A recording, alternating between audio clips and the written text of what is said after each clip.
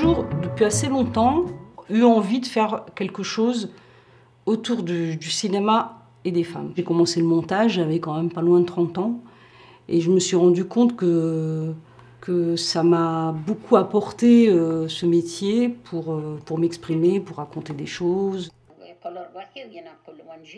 Alors ça, c'est la première partie d'un film que je suis en train de réaliser sur ma mère, avec les questions d'émancipation, de liberté.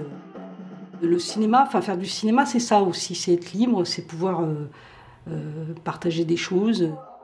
Et après les émeutes de novembre 2005, où j'ai vu beaucoup d'images à la télé, où on montrait des femmes, où on parlait pour elles, où je me suis dit pourquoi elles n'auraient pas la possibilité de dire ce qu'elles vivent, de dire comment elles vivent, de raconter leurs propres histoires. Ça m'a amené à cette idée de vouloir faire des films avec des femmes et avec les femmes des quartiers. Je vois qu'encore aujourd'hui, dans les quartiers, même s'il y a des femmes qui ont pu aller un peu à l'école, c'est encore l'expression, c'est encore quelque chose de difficilement accessible, quoi.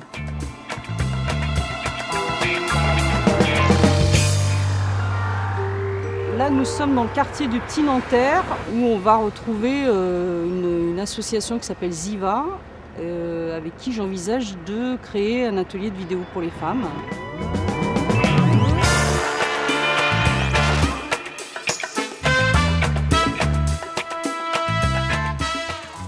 Et les mamans, elles font quoi ici?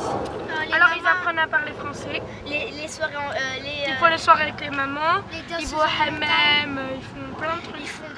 Donc là, j'ai un projet avec lequel je vais certainement travailler avec Ziva, de faire un atelier de vidéo pour les femmes, c'est-à-dire permettre à des femmes du quartier de venir faire des films, travailler en vidéo. Je voudrais savoir si vous, éventuellement, ça vous intéresse un projet comme celui-là. Moi, personnellement, oui, c'est bien pour les femmes qui ne peuvent pas beaucoup sortir, et puis ça permet pour des femmes aussi qui peuvent s'exprimer et tout ça, justement, qu'ils n'ont pas cette occasion souvent avec les maris, parce que les maris, ils les interdisent à sortir, puis ça leur permet de se faire admis dans la société et tout ça, c'est bien pour eux aussi. Si on crée cet atelier l'année prochaine, enfin ce que j'espère c'est le faire l'année prochaine, vous viendriez vous?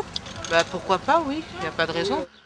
C'est elles-mêmes qui raconteront leurs propres histoires, qui seront derrière la caméra, qui apprendront à utiliser à faire marcher une caméra, à tourner, à faire du son, à faire du montage. Enfin, c'est vraiment ça que j'ai envie de partager avec ces femmes-là. C'est cette possibilité d'être libre, de penser, de réfléchir, de s'amuser aussi.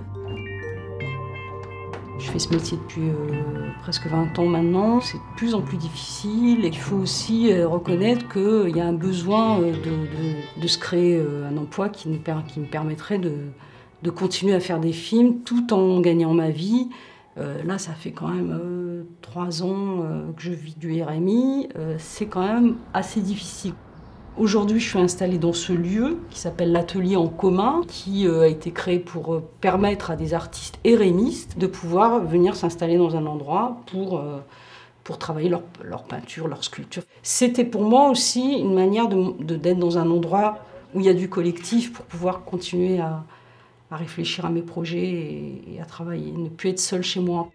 J'ai pu bénéficier d'une aide par une structure qui s'appelle Alice Coopérative Concept.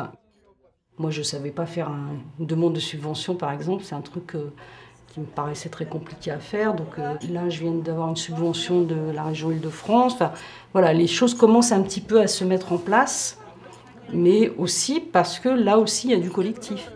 Pour moi, la société idéale, c'est le partage. C'est le partage, c'est d'être ensemble, c'est du collectif, c'est du désir ensemble. C'est ça, la société idéale.